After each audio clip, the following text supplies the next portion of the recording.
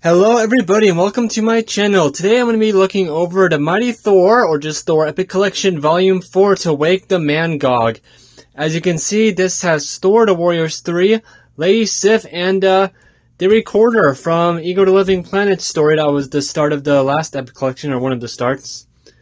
When the Mangog awakens, Stanley and Jack Kirby's most epic Thor saga begins. This collects Thor issues 154 to 174, pretty straight and simple, and goes through the years 1960 to 1970. And this Epic Collection is really small. I think, yeah, this is definitely the smallest Epic Collection I have reviewed so far. I think I got it in a reprint. Anyway, just a simple 21 issues, and the most well-known thing that happens in here, I think, is the origin of Galactus, the first origin of Galactus. So it starts off with the Mangog's origin story, and Thor fights him, and he's this creature that Ulik unleashes. But the Mangog is like the power of a billion, like a whole bunch of, more than just a billion life forms, and they have the strength of this one, into this one creature called the Mangog because Odin banished them. And whatnot. Loki becomes king of Asgard for a while because in the story, Odin is having his famous Odin sleep, and Thor's gone, so Loki steps up, but he's a coward and he sucks at it, and, yeah, whatever. You get the point. They think they'll have to use the, yeah, and this is the start when Marvel Comics already had giant one-page panels in their issues for a while, in a lot of their issues. Thor fights Mangog and basically loses the first time, and they just it kind of ends lame in my opinion. They keep holding it off the Mangog until Odin wakes up and just turns Mangog normal again, I guess. Not normal, but Odin wakes up, just breaks the spell, so Mangog becomes normal. You can slow this video down and just read it all. Anyway. Then Thor goes back to Earth, but here is just, yeah, this story sucks, I would say, because it's literally just Thor coming to Earth and a reprint of his origin. Like, this is Journey in the Mystery 83 right here. Reprinted, the same art, the same everything. Then they have a little bit of a forward flash in time. You see some of his iconic battles. He fights this guy on a mission. Meets Balder again. Yada yada. Oh yeah, Balder the Bravest. The girl who gave Loki, or sorry, the Wrecker powers that were meant for Loki. The Queen of the Norm Queen, something like that, is still in love with Balder the Brave. So that's a plot going on. Thor is going to search for Galactus because even Odin is scared of Galactus because he is so powerful. And Ego is as well, and he actually sends his recorder to find Galactus. There's this fight between Galactus and Ego the Living Planet.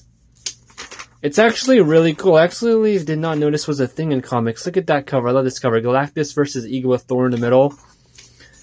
Civilizations are getting blown up.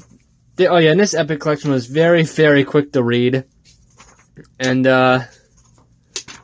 Galactus wins and stays alive, obviously. We get a little bit of a there's the girl who's in love with Balder, of what he does to the planets afterwards. Anyway, Thor goes back and he fights Pluto again, Hercules' enemy. And they go into a barrier that leads into a different area, whatever, you get the point.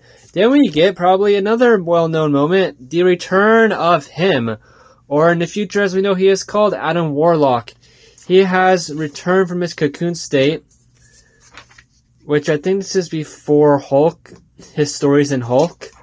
He has returned, but he is just like a dumb little kid with his thinking. So he kidnaps Lady Sif because he thinks she's super beautiful.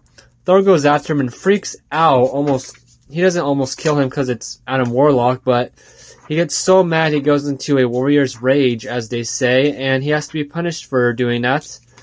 And his punishment is going after Galactus, and of course it's Galactus, so, presumably for death.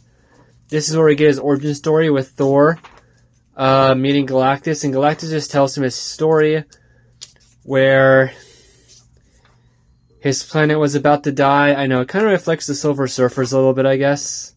Maybe. Except that there's no Herald. He just gets hit with a bunch of energy and survives and becomes Galactus. He makes his own suit, of course, as you can see here.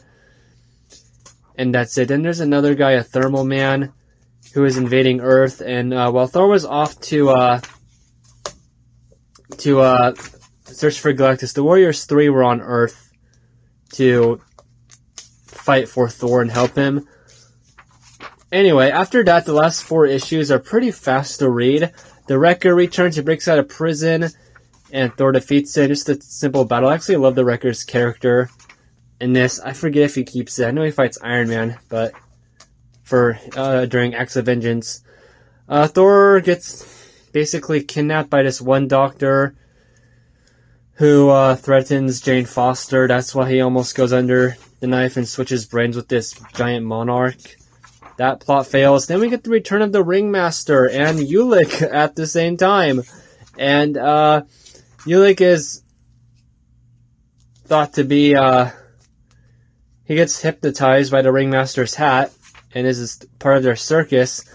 Again, the real Thor is mistaken for a fake Thor in this circus. He fights Ulik, or Ulik breaks out of his spell, stinging the real Thor.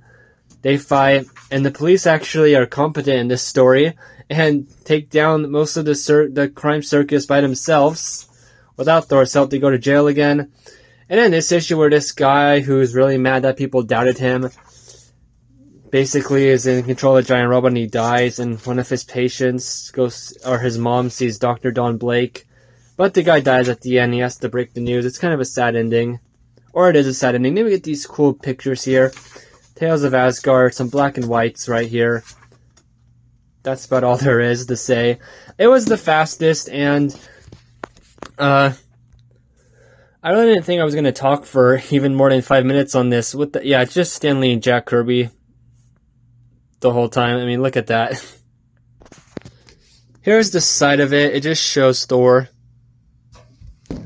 With that said, thank you for watching this little quick overview review, and I hope you enjoyed.